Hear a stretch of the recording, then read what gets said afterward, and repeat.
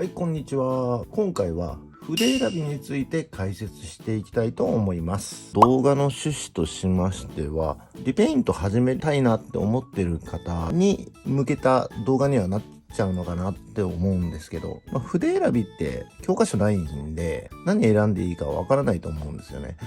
なので好きなリペインターさんが使っている筆とかを買ってリペイントしてっていうのが大半だと思うんですよね。でも実際じゃあ自分で筆を今後選んでいこうと思った時にどうやって選んだらいいのかなってわかんない方も多々いると思いますし、私なんかも最初誰が教えてくれるわけでもなかったので、筆選びっていうのはすごい難しかったんですけど、その経験談も踏まえて、今後今からリペイントしたいなって思っている方の参考になればいいかなと思います。筆の紹介する前にですね、この前先日ですね、スペインの AK 社さんから、雑誌が送られてきまして、念願の私雑誌に載ることができます。こちらのね悟空をリペイントしている作業工程を掲載してもらってるんですけども、人生でね雑誌に載ることなんてそうそうないと思いますので、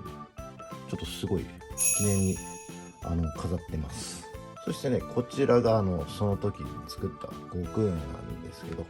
これラッカー塗料で塗ってます。前回の動画でもね、ラッカー塗料、アクリル塗料の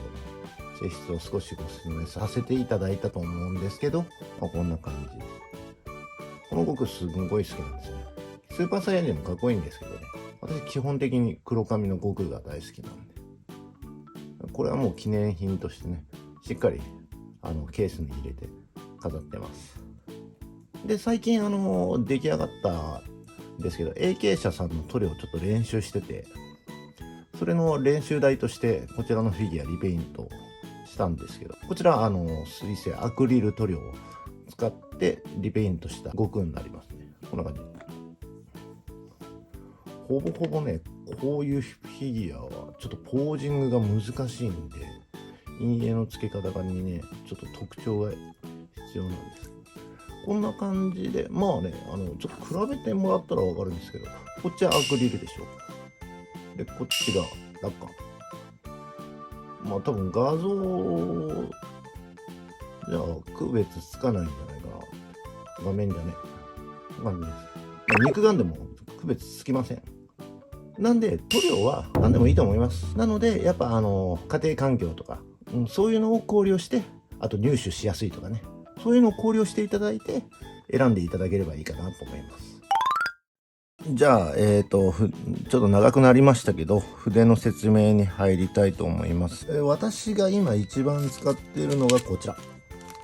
タミヤさんの面相筆ショート極細になります。極細の方で細い線描いたり目描いたり、面相筆ショーの方で陰影をつけたりベースを塗ったりっていう風にしてます。じゃあなんでこのタミヤさんの筆2本愛用しているかっていうと、簡単に手に入りやすいんで、1本は270円ぐらいだったかな。で、後で説明するんですけど、紙筆だと1本が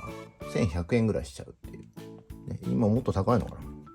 でもうコスパが良くて、一番最初にリペイントを始めた時って筆の相場がわからないじゃないですか。だから筆の高い安いっていうのがあんまりよくわからなかったんですけど、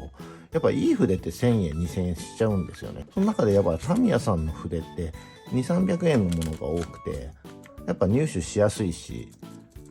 一番ね最初に挑戦するにはコスパが良かったんで、こちら使わせてもらったんですけど、もうそれからずっと使ってるっていう感じですね。こちらのね SMSP の極を1体塗り上げるのにだいたい面相筆のこの小を5本から6本ぐらい使います。やっぱ消耗品なんで、使っていくとどんどん先っぽの方が曲がってきちゃうんですよね。なのでやっぱそうなってくるとしっかりした線が描けなくなっちゃったりするんで、そのたんびに取り替えて新しい筆を下ろしてっていう感じで使ってます。次に説明するのがアーミーペインターさんからいただいたこちらの筆になります。アーミーペインターさん、AK さんも一緒なんですけど、アクリル塗料メーカーさんなんで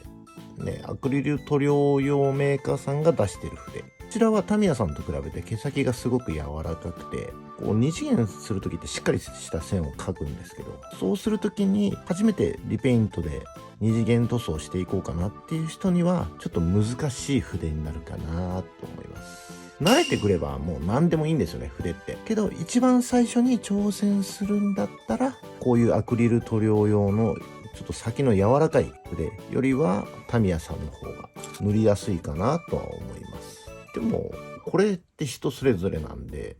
どうなんだろう、って感じですね。説明になってないんですけど、もうぶっちゃけもう筆はどれでもいいよっていうのが本音ですね。もう身近にある入手しやすい筆を選んでいただいて、もうそれをひたすら使っていただく。もうそれに尽きると思います。で、この動画で、一番言いたかったのは、紹介っていうか、ね、筆選びっていうことで動画上げてるんですけど、もう何を使ってもいいんだよっていうところをすごい伝えたくて、慣れてしまえばアクリル用の筆でも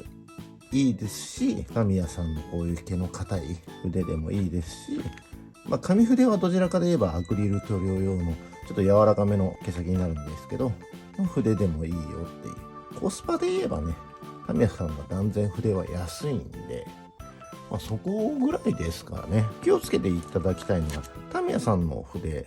は毛先が硬いんで、比較的作業終わった後、一応タミヤさんの筆用コンディショナーっていうのも販売されてて、これ使ってみたんですよね、この筆に。けどあんまり変わんなかったですね。だけどアクリル塗料用のこういう毛先の柔らかい筆っていうのは、作業終わった後に必ずコンディショナーつけて毛先をしっかりまとめてあげておくっていうのは大事になってくると思います。小学校の書道の筆と一緒ですよね。私もねずっと書道やってたんですけど、やっぱり筆のね毛先っていうのはもう命みたいなもんなんで、そこだけね保護して、手入れが必要かなっていう感じになります。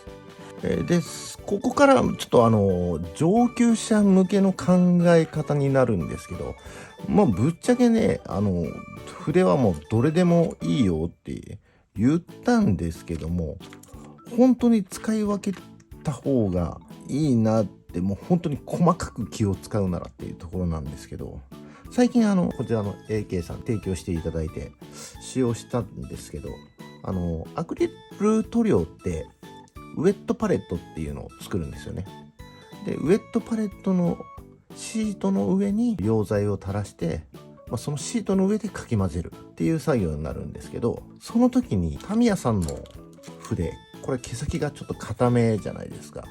これでウェットパレットの上の塗料を混ぜていくとシートが破れちゃうんですよね。なのでやっぱりアクリル塗料を使う時はこういう毛先の柔らかい筆を使用して塗っていく方が塗りやすいなとは思いましたね。塗りやすいっていうのも語弊があるんですけど、作業がしやすいですよね。もう毛先が硬いからウェットパレットのシートを突き破っちゃう可能性があるんで、そこを神経質に塗料を混ぜることに神経使ってると疲れちゃうんで、それだったらもうあんまり考えなくていい。もうそもそも毛先の柔らかい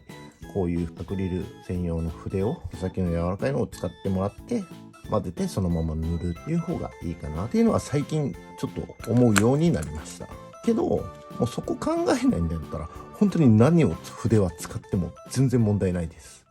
いかがだったでしょうか。まとまりのないね筆選びの話に最終的にはなっちゃうのかなと思うんですけど、どれを使ってもいいよっていうところだと思います。ただね、私の少しの下手な説明でこれがいいかなと思ったらそれでチャレンジしていただいて、使っていただいて、もう使い込むしかないと思います。筆ってどれを使っても最初は一緒なんで、あとは入手しやすいご自身の環境に合ったっていうのかな、地元で買いやすいもの、コスパのいいもの、それぞれね考えはあると思うんで、それに合った筆を選んでいただいてリペイント始めていただければいいかなと思いますし、これを機にねこの筆使ってみようでもいいと思います。そういう選び方をしていただけたらいいかなと思います。それでは次回は塗料の保管の仕方と使い方っていうのを次回動画を作っていきたいと思いますので、またお楽しみに。じゃあバイバイ。